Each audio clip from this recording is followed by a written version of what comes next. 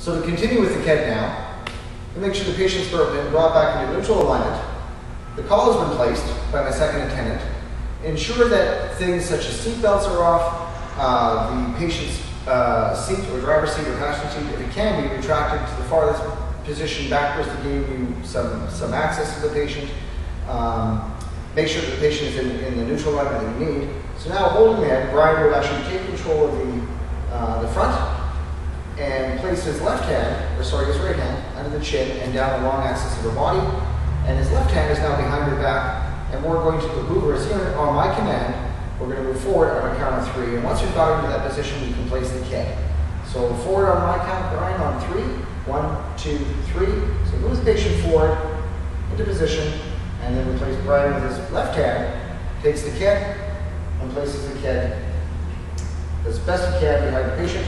Obviously, you have a second or third respirator. This can be also helped out with a firefighter or a second attendant, third attendant that might be with you.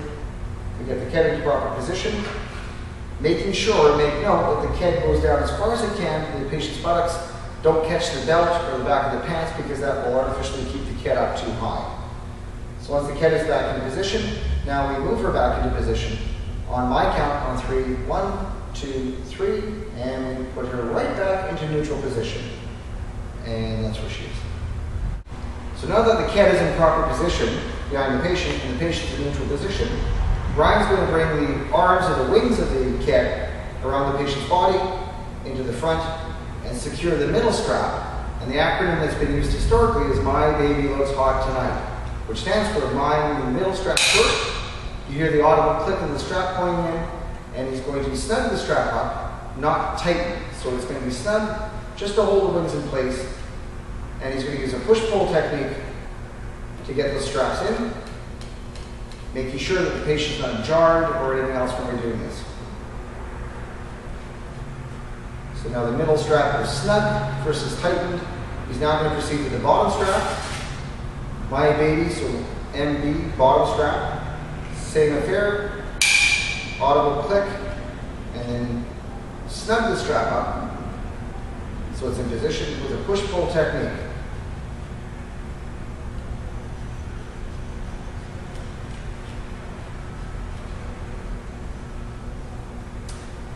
Once that one's snugged up, he's going to take the top strap and loosely apply it. And we do not want to tighten the strap until the very end because this might impair the patient's breathing or respiration, and it's quite uncomfortable to have it extremely tight at this point. So again, push-pull technique, and this is just going to be loose versus snug. At this point, once the middle and bottom straps are snug, Brian is going to place his hands on each of the hand holes on either side of the KED, and in one fluid motion, he's going to pull the KED up under the patient's armpits so they're in position, and he's going to give me a count on it. 1, 1, 2, 3. So the KED comes in a straightforward position, straight up under the patient's armpits. He then now tightens the middle and the bottom strap versus snug. And the idea behind that is once these are tight, the middle and bottom strap, we can put the leg straps on and it won't pull the KED back down to its original position. So always ask the patient if it's too tight or it's tight enough. And once he's got that done with the push-pull, we're done with that part.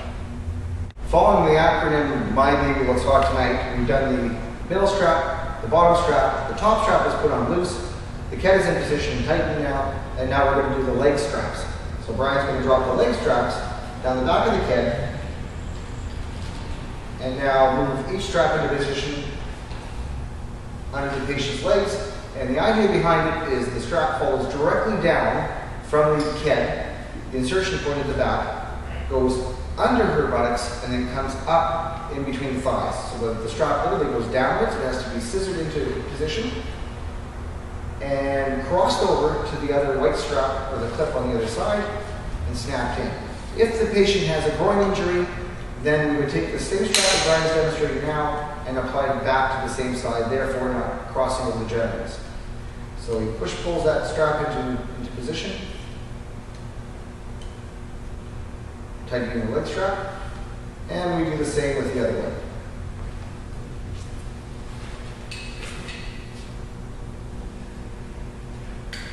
Make sure your belts are straight when you do this, and there's no twisting because it facilitates placement or getting the strap under the thighs and under the body. And it has to be almost like a parachute harness from its insertion, straight down the back, up through the inside of the thighs, and across the other side. You hear the audible click, which tells you the strap is secured, and then push-pull technique. Make sure that if you put the straps in a cross fashion and you're going to apply padding or towels in there to prevent any pressure. And now the leg straps are complete. Just a note at this point, if you look at the alignment of the head and she's not really in neutral position, if in fact that was a problem or there was pain or anything else that would necessitate a gap here, we don't necessarily bring the head right back as far as it will go to fit the kit. Whatever gap is left there, once we brought her into neutral position, we must fill that gap. So in this case, I've got a gap of a couple of inches, and I want to, not me personally, but I would have my attendant, pad that natural hollow, and making sure that the head neck does not move or we don't hyperflex or flex or extend the head at all, or the neck. So once we've got the head in that position, Brian can bring the wings in. I still got control of the C-spine, and he's going to hold on to her head and neck at the same time and tell me. I've got the head. So he's got control. I can let go. I can then grab onto the head again and transfer the power and say, I've got control, Brian, carry on. So now he can actually go through the strapping of the head. And with the kit, there are two straps, and one can go under the chin, come up in a diagonal method to secure it, and these are Velcro. The biggest problem with these is if they're used, they have a tendency to snap off or just fall off at any point. So I'm going to show you an alternate method how to secure the head and neck if in fact these straps aren't holding or you're not too keen on using them for any reason. So we have the bottom strap on, and now we're going to put the top strap on, the forehead, and then diagonally take it down onto the Velcro to apply pressure to the lower part. At this point, I'm not going to let go of the patient's head. Brian is going to recheck all his belts or tighten for the acronym My Baby Looks Hot Tonight, the T being tighten. Brian will recheck all the belts in order, and then we'll tighten the top strap before we move her. So checking the middle belt, which is now tight, the bottom belt, which is now tight, the leg straps, which are further tightened if required. And then finally we get to the top strap, which again is left for last, and we'll tighten that one with a push-pull technique. As this one tightens up, so it certainly may impair the patient's breathing because it covers the diaphragm and the lower part of the chest. Once it's tight, we're ready to move the patient.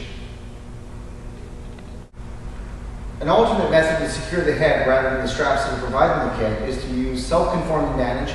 It's called Cling or Curlex, and a number of other types, and it really sticks well to the Velcro. So Brian's going to demonstrate with the Cling how to apply it. So we place her in the Velcro and go under the patient's chin and under the collar, making sure that we keep tension on the bandage so it sticks to the Velcro.